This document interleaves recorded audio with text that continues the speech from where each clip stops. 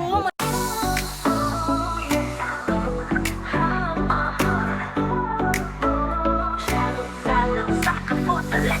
Another episode for our Kalingap Talks. Yes! Pretty sure naman, halata po sa background natin kung nasaan tayo ngayon. Makipag one-on-one interview session with her. So, alamin po natin yung buhay niya dito sa Daet. So, come here! Hana Matuba! Ay, ganda ni Hana. Lahat sila mapuputi. Ang kauna-unahang appearance mo sa channel ko. Right? Okay, so, how may I call you ba, Hana? Hana na. Hana na lang. Oo, kasi bunso kita, di ba? Opo. Oo, si Dan kaedad ko, so pretty sure bunso ko siya. Ilang taon na ba si Hana? Mag-26 po sa April. Ay, sana all. 26 ako nung nag-asawa. Ikaw ba? Charot Wala lang. pa. Ay, may boyfriend po. Wala pang plan. Bigla wala pa munang intro. Bigla nagtanong patungkol sa paasawa. Okay, so Hana, kamusta ka ngayon? Okay naman po. Nasasanay na sa dahil. Nasasanay na, oo. Ilang buwan ka na dito? Magpo-4 po yata. Almost 4. Okay, and so far, kamusta naman yung buhay mo? Buhay muna. Okay naman po siya. Siyempre, malaki po ang adjustment from Manila to City girl. city girl. At saka iba po ang work ko doon. So, medyo malaki po talaga ang adjustment. Pero so far naman po, hindi naman po mahirap po ang adjustment. Kasi gusto naman po yung ganun. Saan ka sa Manila? Metro Manila? Opo, sa may Santa Mesa. Yes, that's true. Pag lumaki ka talaga sa syudad, tapos bigla kang lumipat sa countryside or provincia style, ay malaki talaga yung adjustment. No? Pero hindi ka naman nahihirapan. Hindi naman po, hindi naman. Not really. Ano bang trabaho ni Hana dati? Call center po. Uy, English pala. Hindi. Sa ilang taon ka nagtatrabaho bilang isang call center agent? 5 years din po. 5 years? And then, tinalikuran mo yun? Opo. Without a doubt? Charot lang. Hindi. May naman po. Actually, parang si Kalingap Dan din before. Nasa observation stage pa din po. If hindi maging successful dito or parang mas, alam mo yun, parang mas pangit po. Siyempre, baka bumalik pa rin po sa Manila. Pero so far naman kasi nagustuhan ko po ang ginagawa. Kumbaga hindi ako pumunta dito para mag-work talaga totally. Yes. Nagustuhan ko din po yung ginagawa. That's true. That's the most important thing. Yun din yung unang ginawa ko dito. Trinay ko lang kung mapapamahal ba ako, mag-e-enjoy ba ako. Kasi yun yung pinakamahalaga eh. You should love what you are doing. Kasi nga pag hindi, kung walang pag-ibig, walang pagmamahal sa ginagawa mo, of course, hindi magbo-boom, hindi mag-grow. So, nakita naman po natin, Hana is indeed having a good time here. Kasi nga, nandito din yung family mo. Like yung kuya mo, right? And then your dad. Sikat na interviewer ng Kalingap! Naman yung pakikipag-interact mo sa mga Kalingap members. Okay naman po, hindi po ako nahirapan kasi una po sa lahat, mababait sila. Wala po yung feeling na parang nakaka-intimidate. Never Hindi po pa. sila nakakatakot tanungin. Kasi po, sobrang down to earth po lahat, sikat po or hindi na isa pa lang. Sobrang down to earth po nila tsaka humble. So hindi po sila mahirap pakisamahan. Nagiging komportable naman po agad. So, wala naman po parang ilang-ilang. Okay naman. Okay, that's really good. Kasi hindi talaga magbo-boom yung interaction kung may ilangan na mangyayari. At this point ba naiilang ka? Hindi na. Ah? Yeah, we have to make sure. You have to make sure. Yes, ayun no. Dahil din sa mga pa-interviews niya, mas nakilala niyo po yung mga iniidolo niyong mga Kalingap members. Okay. So, anong nilulook forward mo sa pagiging charity vlogger? Hopefully po, sana maging kagaya din nila Kalingap Rap at kayo makapagpabahay din po soon. Pero for now, yung kaya lang po natin mga feeding program at saka yung mga nagbibigay pa lang po ako ng mga groceries sa mga Oh, that's good enough. beneficiaries. Kasi- Yun pa lang po. Mahirap talaga maging isang charity vlogger. First and foremost, you have to finance it. Sarili mong pera. Wala kang mapaghihingaan. Sariling pera po talaga yung pagtulong. Kaya paka-amazing ni Hana kasi you really use your personal money for that. Opo. No? As in. Nagulat nga po ako kasi akala ko before, kapag ka nagpapa-feeding program, parang 5,000, okay na. Hindi po pala. Ang laking sobra. Yeah, kulang pa yan. Wala pa po sa kalahati. Kahit po Yes. yung mga charity, yung mga beneficiaries, groceries pa lang po, hindi kayo na pala. Ang mahal na kasi ng bilihin Pero, mahirap. oo nga. Pero in that way, kahit kabago-bago mo pa lang, I think you are the newest member. Opo. No? She's the newest member, pero na ano na niya, naipakita niya, naipamalas na niya yung pagtulong. Nasa dugo talaga ng mga matubang yung pagtulong. So, I'm so very proud of you. Hindi ka Sumasama din naman po ako sa Team Brooks po. yes. Sobrang laking help po ng Team Brooks kasi wala po akong alam sa daig. So sila po nagbibigay ng mga scout. Yung scout po nila sa akin po nila nagbibigay. Tsaka wala po kaming service ni Mama Gemma. So kay Kuya Red po na sasakyan. Sinasamahan po. Nag-aarkila, Opo, kumbaga papagasan na lang po namin. Tapos sabay-sabay na po kami mag-scout. Kumbaga sa isang araw may visiting, may scouting, may schedule po namin. Yun yung maganda, no? Kailangan mo talagang magsimula sa, ano, yes. Kasi hindi mo ma-appreciate kung ano yung ma-achieve mo in the future. Diba? So, dyan ka talaga magsisimula sa number 1. Mahirap na mapupunta ka dito sa number 10. Charot lang. Okay. So, how do you feel about this interaction? Okay naman po. Actually, wala pa po, first time ko po ma-interview. Kasi Oh, wala po see? nag-interview. Yes! Masarap talaga sa pakiramdam. Kami mga nag-i-interviewer, we don't want na sana may mag-interview din sa Para amin. yung feelings naman po natin. Totoo. ang nalalabas. Kasi we always, kami yung gumagawa ng questions, kami yung parang daan para maipalabas nila yung mga thoughts sa loobin nila, right? And hindi po madali yan. Na ipalabas, kunin mo yung damdamin ng iyong kinakausap kasi hindi naman lahat mag-open up. It depends on how you deliver your questions.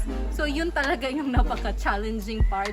So, ito yung kauna-unahan, may nag-interview at may nag-interest sa buhay mo. Ang sarap sa pakiramdam na may taong gustong alamin ka. Hindi naman lahat ng tao mapiplease natin. And I do believe na sa loob ng pagiging isang vlogger mo, may natanggap ka ng mga negative comments. Madami. Madami pa rin na sa mga interviews po. Kasi may iba na gusto po nila yung ginagawa natin interview. Pero may iba naman po na nagagalit. Bakit daw po yung interview pa? Bakit daw kinokontent pa po yung tao? May mga ganun po talaga. Ah, really? Wala pa ako natanggap na ganyan. Madami po. Subukan nyo lang. Charot lang. Ay, ganun. So parang kine-question ka nila, why are you interviewing these people? Parang ang labas po sa kanila for the views, for the content. Ah, okay. So, Pero may madaming pa rin naman po na- nakakaintindi. Oo. So, iba po kasi yung may mag-i-interview. In that way, ay mas nakikita nyo po na, ito pala yung mga buhay nila sa likod ng camera. This is them, their personality.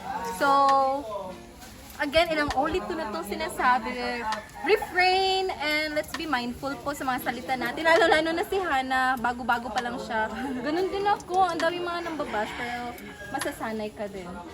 So, ano yung, ito lang, curious lang ako, anong negative comments ang tumatak talaga sa isipan mo na nagpa-challenge sa'yo na mas pagbutihin mo pa?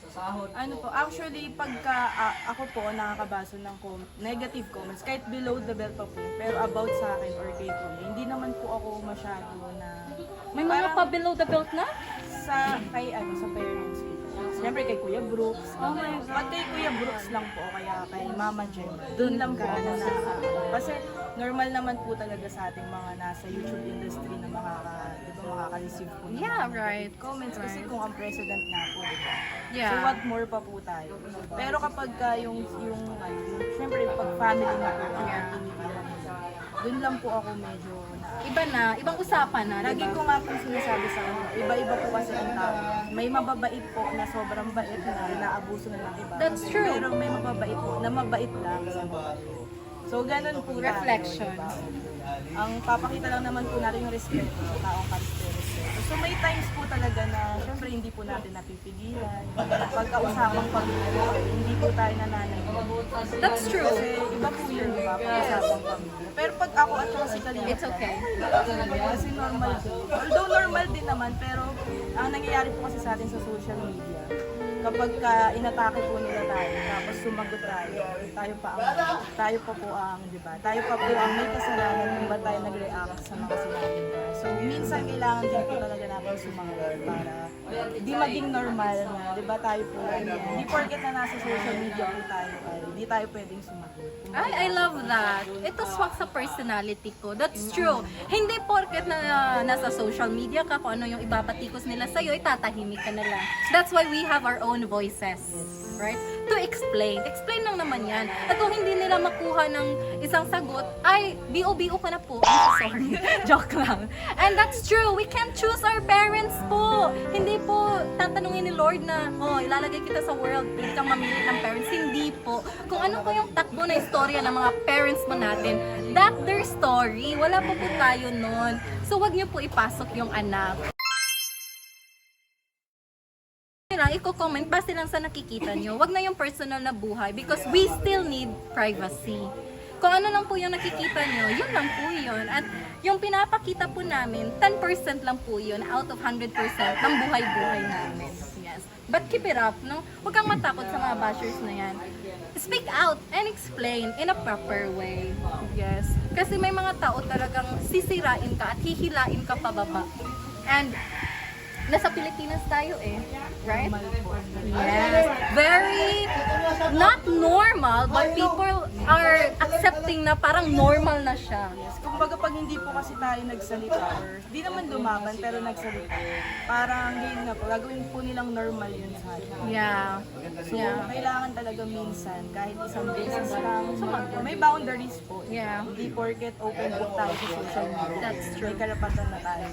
Parang kung ano-ano na lang sabihin sa personal na buhay. Yeah, keep it up. Keep it up po talaga. And yes, totoo. So again, be mindful po tayo sa mga salita po natin, no? And huwag mong isipin, manalamin po muna tayo. Kasi kung minsan, kung ano yung lumalabas sa bibig natin, yun tayo eh. If we are full of hatred, yun yung lumalabas sa bibig natin.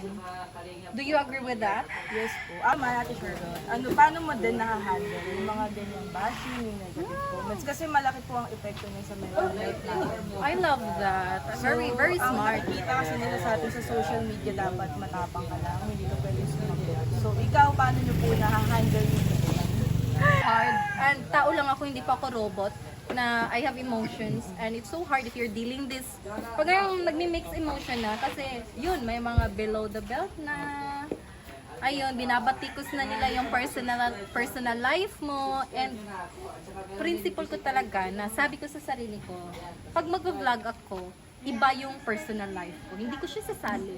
Trabaho lang. Hindi siya ipapasok. Minsan hindi ko ipapasok yung personal. Ipinasok nila.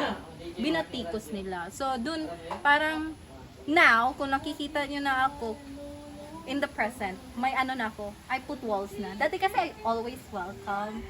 Kasi nga parang baguhan ka, di ba? You want to welcome people, bago ka sa place, you thought na they are good just like you. Di ba? Pag sobra, totoo yung sabi niya, pag sobrang mabait ka, abusuhin ka na. So, piliin mo lang kung kanino ka maging mabait. Kung pinakita nilang mabait sila sa'yo, okay, reflection. Pero now, this year, I put boundaries na talaga. And sadly speaking, mas pipili na ako ng tao makakausap ko para iwas gulo. Kasi dun kasi yan, pag the more you welcome people, hindi mo masasabi na lahat sila they're happy for you. Maybe at first. Kasi hindi nila nakikita ang potential mo. But once you grow na, yung mga nakapaligid sa'yo, maiinggit na, may lihim na inggit, may lihim na galit, at nun sisirain ka na. So, alam ko hindi ka naghihingi ng advice, but I want you to learn from it. Select people talaga. Yun talaga. Select people. Kasi pag baguhan, they won't expect from you. Okay, bago pa to, wala pa tong maibubuga. Na-experience mo yan, di ba? Parang ang baba pa ng tingin mo sa sarili mo kasi nga bago ka pa lang. Pag once na nangangamoy na yung pangalan mo, doon na makikita mo na lilitaw na yung mga ugali. So, yun lang talaga yung way ng pag-handle ko ng mga bashers. And pag they need explanation or answer, sinasagot ko naman. Kasi iba talaga iba na ang ipapakita ko ngayon this year sa harap at sa likod ng camera. Unlike before, paano ako sa harap ng camera, ganun din ako sa off-cam. Ngayon hindi na. Kasi wawasakin ka pag ganun ang gagawin mo. Naging sobrang open. Yes. I'm not saying you have these two faces, but you know how to limit yourself lang. Yun. Kasi ikaw, you are growing pa naman. You have the potential, you have the skills. So yun lang talaga. Select people. Yun lang. Maybe this is the second to the last. How do you feel na yung kapatid mo, si Dan, napaka-matayog na ng career, very famous, we can really say he is successful. Are there sometimes na kinukumpara mo yung sarili mo, naliliit ka ba? Or you feel pressure because people are also expecting you to do the same thing? Hindi naman po. Actually, masaya po ako kung nasaan si Kalingap Dan sa mga blessings po na dumarating sa kanya. At sa mga darating pa. Siyempre, expecting po kami sa mga opportunities pa na Kalingap Dan. Kasi una po sa lahat, siyempre, hindi po tayo yung tipo ng normal na pamilya dito sa Pilipinas na naghahatak ng mga baba. So kami po dito, masaya po kami pag may umaangat. At kita naman po nila lahat yun na kung gaano po kami ka-supportive kay Kalingap Dan, sa love team, sa lahat po ganyan. And your family, I Oo po, admire diba? it. Kasi as sabi nga po, one Kalingap, one family. Totoo po yun. Siguro kung sa iba, hindi po nila yun nakikita. Kasi Maybe iba po case ang to case. mindset. Opo, ganyan. No? Pero sa amin po yan, sobrang proud namin kay Kalingap Dan. Kaya nga kami din po ay nandito na Yeah. para talagang suportahan po siya at nakita po namin kung paano po pinaghirapan ni Kalingap Dan talaga of kung ano po course. meron siya ngayon. So, What? Ali talaga ay isa po ito sa parang safe place ko. Sa totoo lang kasi I love Auntie Gemma and Ate Elena. Busog po ako pag nandito ako. Yes. puro pagkain po. Yes. Actually, nababash nga po ang Team Brooks yan. Kasi puro daw po kain ang Team Brooks. Really? Di Pero ba? ganun po ka. Di ba kung binabash niyo mabait. sila dahil puro pagkain sa akin naman they are blessing kasi Hindi po lahat. Since ganyan, last diba? year, since Sobrang- last year, pag gutom ako, dito ako umuupo, tapos kainan ako ni Ate Lena, Ate Gemma ng pagkain. Di po sila pumapayag na lumalabas ako sa bahay nito na gutom. So, isa po talaga ito sa matatakbuhan ko, knowing that Kuya Brooks is here. Because of Kuya Brooks, yung tatay nila. Yes, very good. And yun, masaya si Hannah sa success ni Kalingap Dan. And for sure, yun, ganun din tatayog yung maaabot mo. And we are all rooting for that. Yes. Sa ayong pa mga Kalingap, maraming salamat sa pagsuporta nyo kay Hannah. May message ka sa mga taong nagmamahal sa'yo at kay Kalingap Dan. Ay, yes po. Yes. Una po sa lahat, thank you so much po sa mga nagtiwala po sa akin. Bagong-baguhan pa lang po ako. Since day one pa lang po na pagpunta ko po dito. Thank you so much po sa mga nagbibigay ng blessings nila para po makatulong po sa mga beneficiaries po natin. At sa nagtitiwala kay Kalingap Dan, nagbibigay po ng blessings. Kasi alam mo po, nung dumating po ako sa Kalingap, hindi ko po ini-expect na may mga tao po talaga na mabait. Na yung iba po kasi... Grabe yung mabait. Opo, kasi parang feeling ko ngayon sa mundo natin, di ba? Pag maging totoo lang po tayo, hindi na po, bihira na lang po talaga ang may busilak na puso. Pero ang dami po ng supporters ng Kalingap na working OFW sa ibang bansa. Pero di ba, grabe po yung Nag-share binibigay sila. nilang blessings sa para makatulong, kumbaga tayo po ang way nila. Yeah, Para instruments. makatulong. So, thank you so much po kasi malaki po ang tiwala niyo sa Kalingap, sa buong Kalingap po, sa amin ni Kalingap Dan. Thank you so much po sa support niyo at sa, yun nga po, pagtitiwala niyo sa amin. Sana po wag po kayong magsawa. At syempre kay Ate Charlotte po. Yeah, thank Sa lahat you. po ng Kalingap, thank you so much po. Yes, and one last question, word of the day. How do you describe your life right now? Just one word. Adjusting. Adjusting pa! Marami pa po. Medyo magulo pa po ang ating utang. Ay, ganon. May mga self-doubt ka ba at this point? Hindi naman po sa sa self-doubt. Siguro sa Saan ka mga nag-a-adjust? responsibilities po sa buhay. Kasi mabigat na to. True. At saka syempre tumatanda na rin tayo. At 26 ka pa lang ha. may plan din po kasi kami lumipat ni Mama Gemma. Ah, okay. Talaga ng apartment. So Okay, syempre, that's good. mahirap po mag-balance yung revenue natin. Kailangan mo ihiwalay yung content, yung charity, yung content, vlog, tapos sa pag-iipon sa pang-apartment, sa daily bills, yan. Yung mga ganun po, yes, finance. At saka, syempre, yun nga, nasa observation stage pa rin po tayo. So hanggang kailan itong observation mo? Isang taon ba to? Ang limit po natin is mga 5 to 6 Malapit na! Malapit. Kumbaga, nasa probi pa lang. After noon, regular na. Di ba? Yes. So, ayun, konting-konti na lang mga kalingap. So, after 2 months, sasabihin niya na, i-reveal niya sa Pero atin. actually medyo mas nangingibabaw po yung kasi yung mga beneficiaries ko. May beneficiaries Opo, ka na. tatlo na po sila. So, See? pag nakikita po natin sila sa bawat pagdalaw natin, parang mabigat sa puso. Pag iniisip ko na Paano na lang? tayo ay sumunod po, paano po sila? So kung ako po ay nahihirapan, what more pa po sila na wala Yun! The thought here, you can't quit kasi may mga taong nakadepende sa'yo. Yes po. Ikaw yung lakas nila. Ang hirap pag ganun. Actually, nakakatakot po magkaroon ng responsibilidad. Kasi mahirap bumitaw.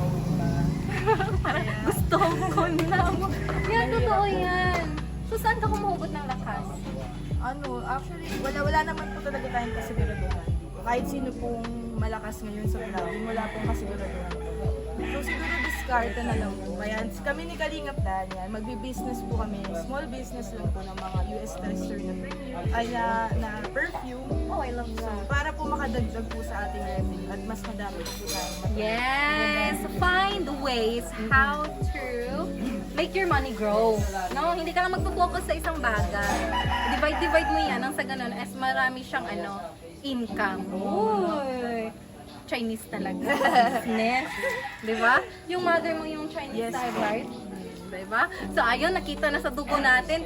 So, at this point, kahit sa ilang minuto man lang, ay nagkaroon na tayo ng idea kung sino nga ba si Kalingap Hana. So, thank you very much for this wonderful interview. I'm so happy to finally talk, no? Ito yung kaunang na nag-usap tayo kasi nung magkakaroon pa ulit tayo ng mga ganitong klaseng interview next time. So, Next time ako naman. yes! Excited na ako. Yung mahirap ha? Magre-ready po tayo Yeah. ng deep Mga 100 questions. Charot lang. So, ayun po. Thank you very much, Hannah, Thank you so for your much, time. Hannah. And see you next time. Ito po yung Kalingap Talks natin. Take care. Bye! Ay, Thank you.